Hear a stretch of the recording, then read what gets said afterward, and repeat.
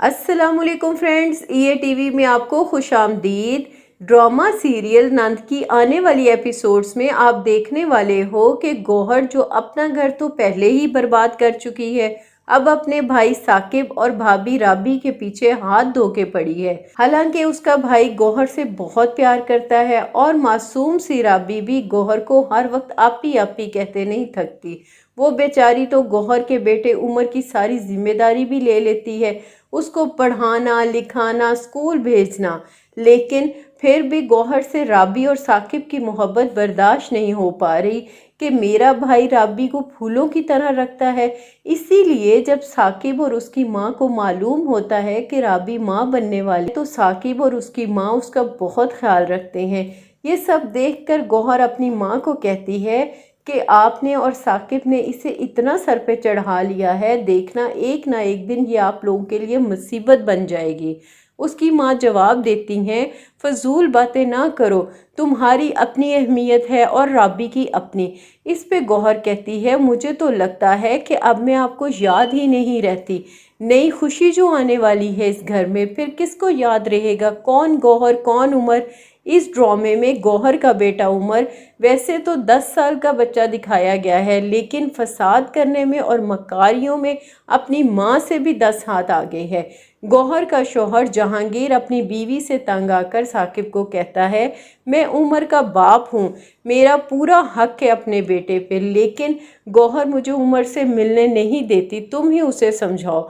साकिब वैसे तो अपनी बहन के बारे में किसी से एक लफ्ज़ नहीं सुनता, लेकिन इस बात पे वो भी खामोश हो जाता है। इसीलिए वो अपनी बहन से कहता है, आपी जहांगीर भाई उमर के बाप हैं, उनका भी हक है उमर पे, आप उन्हें मिलने दिया करें। इस बात पे गौहर गुस्से में कहती है, आज तुम मुझसे जहांगीर के हक की बात कर रहे हो और कल को तुम मुझसे कहोगे कि जो जुल्म और ज़्यादतियाँ जहांगीर और उसकी माँ ने मुझसे की वो भी मैं भुला दूँ। इस पे साकिब जवाब देता है, आप सिर्फ एक बाप की हैसियत से उसे उमर से मिलने दें। ये सुनकर गौहर आपे से बाहर हो जाती है और कहती है, साकिब तुम मुझसे उस चीज़ की जिद ना करो जो मैं पूरा ना कर सकूं, समझे तुम। साकिब ये सुनकर खामोश हो जाता है, लेकिन गौहर कहाँ चुप बैठने वाली है कि जो भाई उसकी हाँ में हाँ मिलाता था वो आज जहांगीर की वकालत कर रहा है। छोड़ूंगी नहीं मैं तुम्हें राबी, तुम्हारा बच्चा तो इस दुनिया में आने से पहले ही ख़त्म कर दूंगी, तुम मुझे अभी समझी ही नहीं, डायन हूँ मैं डायन। राबी बेचारी तो पहले ही गौहर से खौफजदा रहती थी, लेकिन अब तो वो गौहर को इतना जान चुकी थी कि हर वक्त घर में फसाद बर्पा करना तो गौहर के बाएं हाथ का खेल था। इसीलिए वो अब हर वक्त डरी सहमी रहने लगी। वो रात को सोते में बुरी तरह से डर जाती है।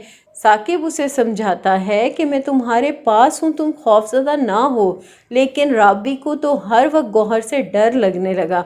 इस बात का जब गौहर को मालूम होता है तो वो राबी के पास आकर कहती है, इस हालत में बुरी बलाएं पीछे लग जाती हैं, मुझे लगता है कि तुम्हारे पीछे भी ऐसी बुरी बला लग चुकी है, इसीलिए तो तुम ऐसे डर जाती हो। गौहर की बातें सुनकर राबी और खौफजदा हो गई। दूसरों का बुरा करने वाले लोग हमेशा अपना नुकसान भी कर जाते हैं। गौहर भी कुछ ऐसा ही कर रही है। वो हर वक्त राबी और साकिब पे नज़र रखे हुए है कि अपने बेटे की उसे कोई खबर नहीं। वो ना सिर्फ बदतमीज़ और झूठा बन चुका है, बल्कि वो तो अब अपने मामू की चीज़ें भी चुराने लगा।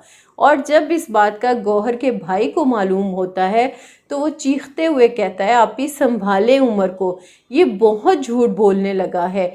ये बात भला गौहर से कैसे बर्दाश्त हो पाती।